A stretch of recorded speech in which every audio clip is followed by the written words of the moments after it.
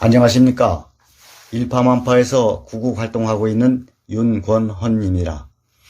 여러분께 질문 하나를 먼저 드리면서 시작하겠습니다. 혹시 요즘 심심치 않게 들리는 대한민국의 공산화 우려, 연방제 통일, 아무개는 공산주의자라는 말들이 시대착오적으로 들리십니까?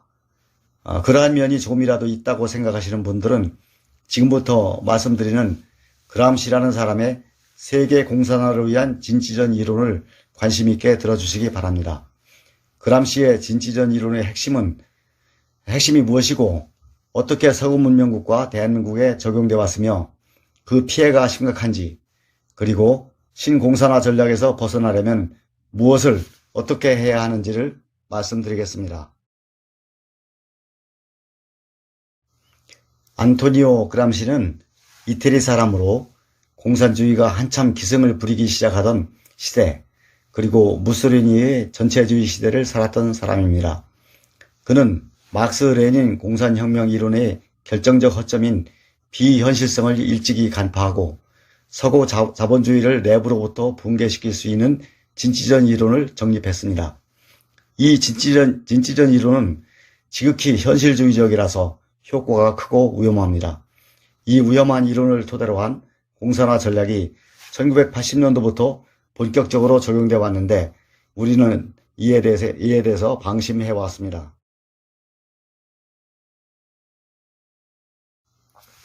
그람시는 1891년생으로 유복한 집안에서 태어났으나 아버지의 사업 실패로 가난한 어린 시절을 보냈고 4살 때 사고로 일생을 꼽주로 살았습니다. 그는 공산주의자, 반파시스트, 현실주의자였습니다. 무엇보다 그를 잘 설명하려면 그가 천재적 두뇌의 소유자란 점을 먼저 꼽아야 할 겁니다. 그람시가 진취전 이론을 세운 이유는 이렇습니다. 막스 이론처럼 서구 자본주의 국가 노동자들이 합심해서 혁명을 일으켜야 하는데 실상은 1차 대전이 발발하자 자국의 군인으로 전쟁터에 나가서 서로 싸우더라. 그 이유는 서구의 전통 문명이 그들의 눈을 가려서 진정한 계급적 이익을 깨닫지 못하기 때문이다. 그래서 서구 문명을 먼저 내부로부터 파괴해야 한다는 것이었습니다. 이와 같은 신공산주의 이론은 독일의 프랑크푸르트 학교에서 태동하였습니다.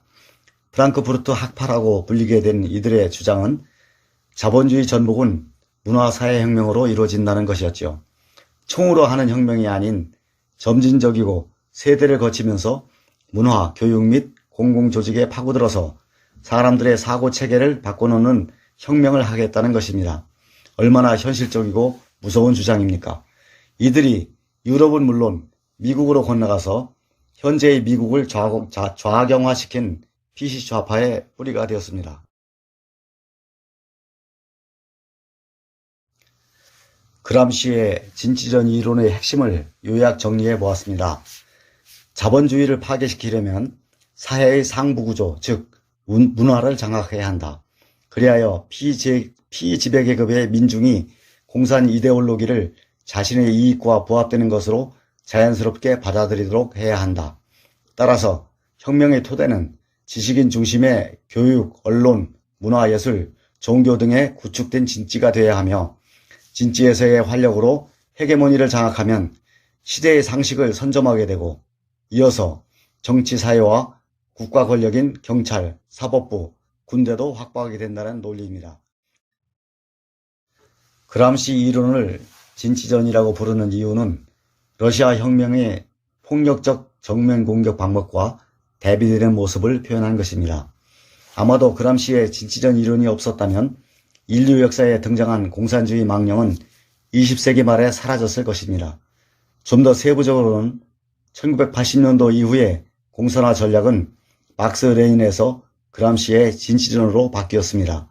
그런데 우리는 소련의 멸망과 함께 공산주의가 끝났다고 생각하였습니다. 도표로 표현해 보았습니다.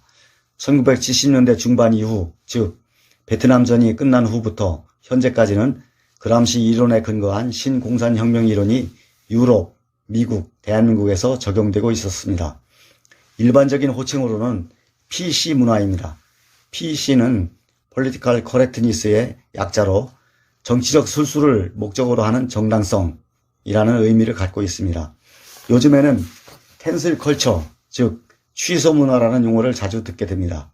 이들은 지금도 전통과 문화, 상식을 파괴시키는 일에 몰두하고 있습니다.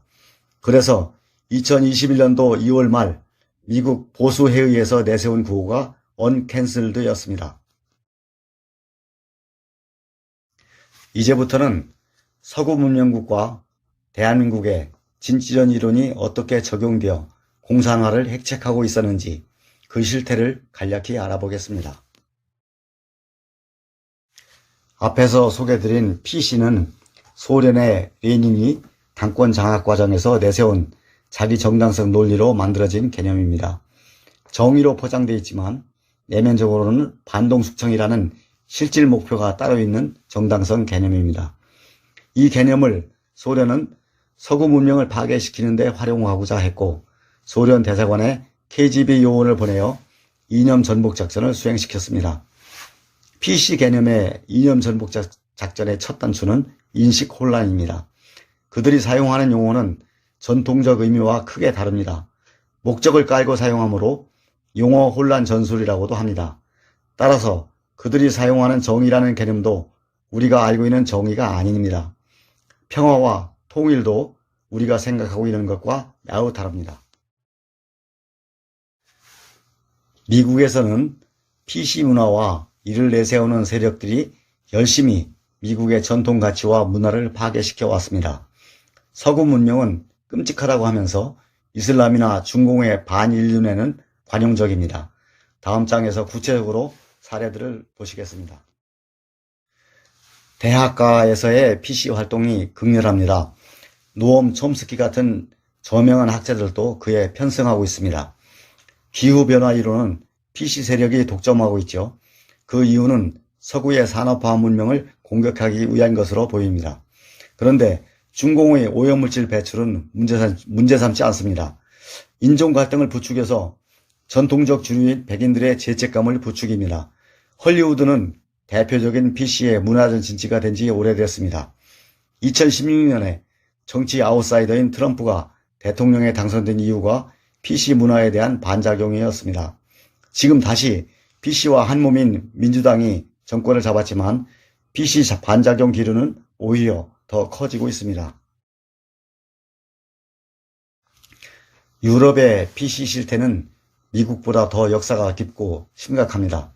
그런데 영국의 브렉시트를 시발로 PC 정치 세력에 대한 반작용이 표면화되었고 중공의 우한 폐렴 사태로 인해 프랑스, 독일, 오스트리아, 폴란드 등으로 각성의 기운이 확산되고 있는 모습을 보이고 있습니다.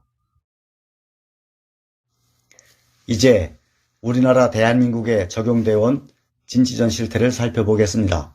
북한은 6.25 침략이 실패한 이후 남한의 지하당 구축을 추진해 오다가 1980년에 김일성이 그람시의 진취전 이론을 적용하여 모든 분야의 진취를 구축하라고 구체적으로 지시하였습니다.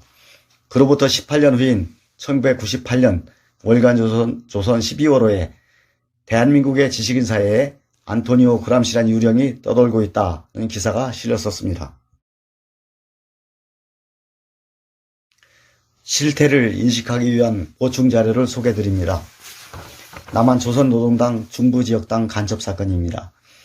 북한 노동당 서열 22위인 이선실이 1980년부터 90년까지 10년간 지하 세력을 구축하고 복귀했는데 그 자를 잠수정으로 복귀시킨 사람이 김동식입니다.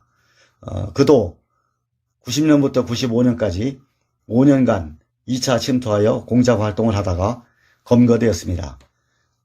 전향한 후에 김동식이 쓴 책의 제목이 아무도 나를 신고하지 않았다입니다. 이선실의 지하당 구축 임무 10년 동안 역시 아무도 신고하지 않았죠. 이선실이 구축한 지하당의 편집국 제작팀장이 박원순 전 시장의 비서실장을 한 고한석입니다. 좌파 활동에 몸담았던 모 인사가 정리한 좌파 시민단체의 유형입니다. 이런 단체가 진지로 유추됩니다. 물론 빙산의 일각입니다. 박원순 전 시장이 지원한 단체만도 3,339개 단체에 7천여억 원으로 요즘 보도되고 있습니다. 여기서 잠깐 전략적이고 긍정적인 의문 하나를 제기합니다. 좌파 정부와 지자체로부터 적극 지원받으면서 연대하고 있는, 즉 진지에 참여하고 있는 지식인들 모두가 자신들이 공산화 활동에 참여하고 있음을 알고 있을까요? 어느 정도는 짐작했더라도 공산화까지는 하는 불확실 단계에 있는 사람이 훨씬 더 많을 거라고 생각합니다. 가장 영향력이 큰 문화예술 분야입니다. 팩션이라는 용어가 있습니다. 사실이라는 영어 팩트와 픽션이라는 창작을 조합한 용어인데, 존재했던 역사적 사실을 소재로 목적 있는 비틀림의 창작물을 만드는 것을 말합니다. 사실적 소재를 다뤘으므로 독자들은 자신도 모르게 팩션물 전체를 사실처럼 받아들입니다. 소설 아리랑, 태백산맥 등과 영화 화려한 휴가, 동막골 등이 대표적인 팩션물입니다. 2011년에 송평인 동아일보 논설위원은 간첩이 사라진 게 아니라 간첩의 이미지만 바뀌었다고 글을 썼습니다. 대한민국의 좌파 진지가 광범위하게 구축된 배경은 무엇일까요? 첫째, 김일성의 지령과 적극 지원입니다. 둘째, 서구로부터의 PC문화 영향입니다. 미국, 유럽, 특히 독일 등 해외 유학파들의 좌파가 많습니다. 셋째, 소련 붕괴 이후 역대 보수 정권에서의 안일한 대처이고, 넷째, 2010년경부터 중국 대세론의 좌파 활동이 급물살을 탔습니다. 노벨 경제학상을 수상한 로버트 포겔이라는 학자도 중국이 미국을 머지않아 제치고 지원이 될 거라고 하였으니 서구 자본주의 파괴를 목표로 하는 BC 좌파들은 기세가 등등해졌죠. 마무리하겠습니다. 신공산화 이론이 현실주의적인 강점을 가지고 서구 자본주의 국가와 대한민국을 파괴하여 온 실태를 살펴보았습니다. 대한민국이 절체절명의 나락으로 빠져든 위기의 시점에 다행히도 미중 패권 전쟁이 본격화되고 있습니다. 유럽과 호주, 일본 등 서구 자본주의 선진국들이 동참하고 있습니다. 이 시점에 우리는 무엇을 어떻게 해야 할까요? 우리는 공산주의자들이 구축했거나 점령한 진지들을 재탈환하고 자유대한민국이라는 가치로 헤게모니를 구축해야 합니다. 그람시의 진지전이 현실주의적 방법이라면 우리도 아주 현실적 방법론을 지혜롭게 펼쳐야 합니다. 국제 상황과 관련해서는 미중 패권 전쟁, 문명과 반문명의 충돌 사태에서 자유민주주의와 문명이 반문명 진영을 반드시 이긴다는 전망을 널리 퍼뜨려야 합니다. 국내적으로는 종북 정권의 실체적 모습을 국민에게 적극 알려야 합니다. 누가 더 적폐인가? 아이러니하게도 진보 좌파 가수 안치환이 아이러니라는 노래를 만들었어요. 아이러니, 다이러니, 다를 게 없자니 저들의 위선은 쉽게 깰 수 있습니다. 지금 엄청나게 깨지고 있습니다. 결론적으로 말씀드려서 우리가 30년 전에 공산주의가 끝났다고 생각했는데 여전히 더 무섭게 우리의 내부를 파고 들어왔고 지금은 표면으로 확실히 드러났습니다. 그 이유는 그람시의 현실주의적인 진취전 이론이 적용되었기 때문입니다.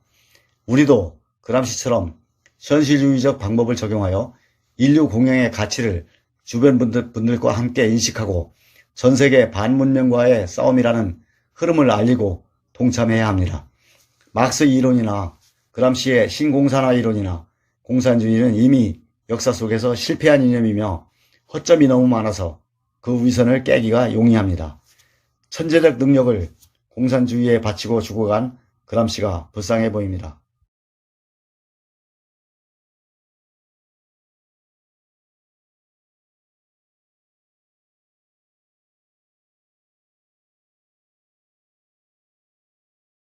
구독, 좋아요, 알람을 눌러주세요. 다음 영상을 만드는데 더 큰 힘이 됩니다. 감사합니다.